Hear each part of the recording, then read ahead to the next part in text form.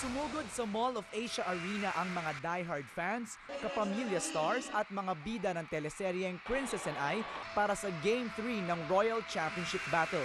Dikit ang laban sa unang dalawang quarter. Halos hindi na magkarinigan sa arena tuwing hahawakan ni na Enrique at Daniel ang bola.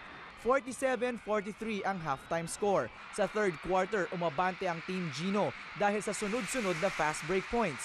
8 puntos ang pinakamalaking lamang ng Team Gino pero mabilis na nakakabawi ang Team Jao.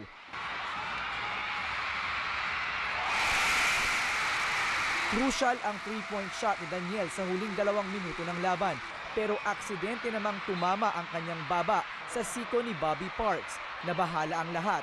Agad siyang isinugod sa dugout para mabigyan ng first aid. Actually, I was going up for the shot.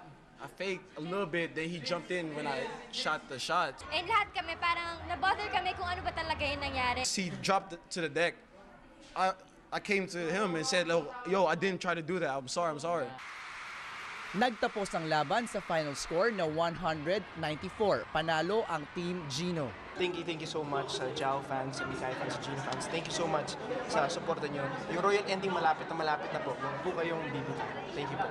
Mapapanood ang labang ito sa January 27 sa Sunday's Best.